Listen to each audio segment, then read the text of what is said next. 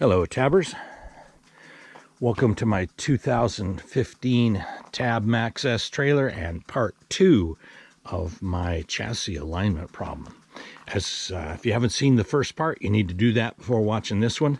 But in general, what's happened here is that when this trailer was manufactured, it was not centered it was not centered on the chassis, so that the trailer box itself is this direction, about 2 inches too far. So what that does is it offsets the axle that way. You know, as the trailer came this way, the axle's that way, and the tire that's there is very close, about 1/8 of an inch to rubbing on the fender well. Had a lot of great ideas and suggestions.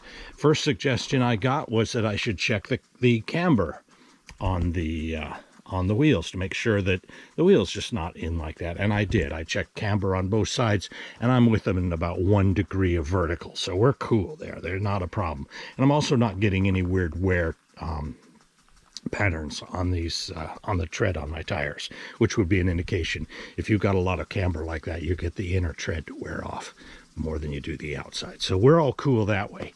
I had a couple of options about getting a couple people suggested that I put spacers on that wheel. Well, I discount that idea in the fact that there is a very critical alignment. Let's close this so that I can show you. The distance between that tire, and this ball hitch, they need to be actually perfectly in line.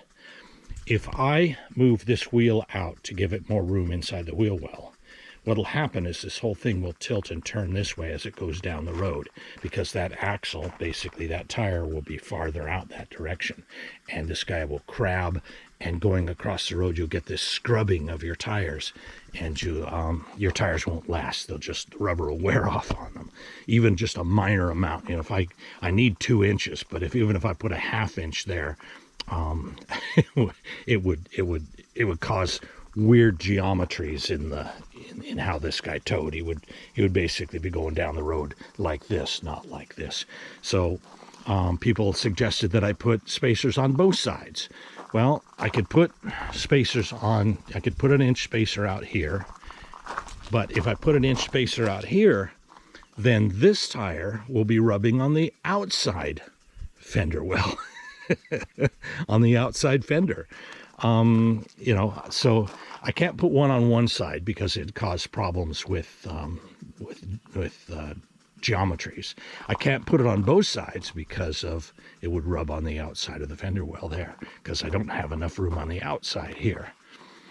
So options. I also sent an email to the axle company, and they, for the same reason, told me not to get a new axle that's offset. They wouldn't make an axle that's offset for me because it would mess up that geometry, and again, you'd be crabbing as you'd be going down the road. Same thing as putting spacers out there. It would not be even. This needs to be, the distance between this point and both of those contact spots where the tires meet the road need to be exactly the same if you want this trailer to tow straight down the road. So the idea of spacers is out. The idea of getting a different axle is out for the same reason. I started looking at the kind of work it would take to move this, and it would be tremendous work. That's the only real fix.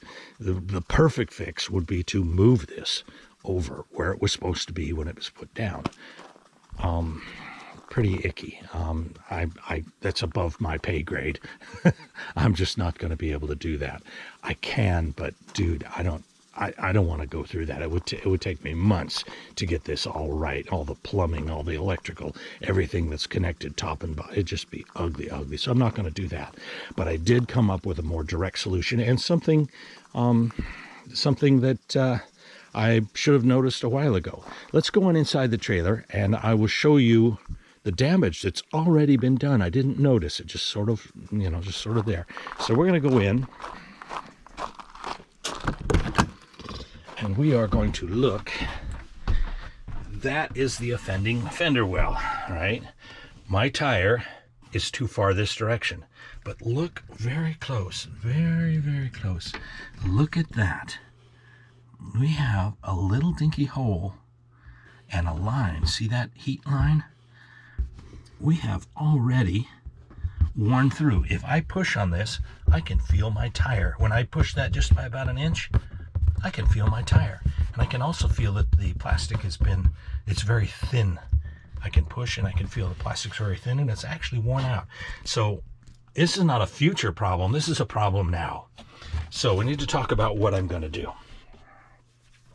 My problem is not so much and that I'm going to fix this by picking the trailer up, but I'm going to take these water lines and I'm going to move them this direction. I'm going to take these electrical lines and I'm going to move them this direction, 2 inches. Then I'm going to cut this fender well right along this line where it's flat here, and before it starts down right here, I'm going to cut it all the way from here to there. Then I'm going to cut back the floor back a little bit, and I'm going to take this section of the side of this fender and I'm going to move it in 2 inches. Then I'm going to take an aluminum an aluminum band per se, about an 1/8 inch thick, about 3 inches wide, and I'm going to apply it to the top of that cut. Basically what I'm going to do with that, by cutting this fender, extending it out here, cutting the floor out, I will be able to make this fender about 3 inches wider. I'm also going to patch this hole. This is reasonably easy. There's not big damage here yet, but getting there. So I'll extend this fender out, reinforce it with aluminum where the gap is, right? I'm just going to go like that and cover it with a band. That will give me the extra room that the tire needs in there. I think that's the most direct method of fixing this problem without moving this whole trailer. That's beyond me. Anyway, thanks for watching. We'll show you how this goes as we go. I'm not going to do this as a video, as an upgrade or something. I'll just show you the end result that I've done and what we did, as I don't think this is common enough. When talking with the group, it turns out that this is the definition of willy-nilly. I had people measure their trailers, and some people said their trailers were perfect, and other people said, no, my trailer's exactly like yours. And some people said, well, mine's about a 1/4 inch off, mine's about a 1/2 inch off.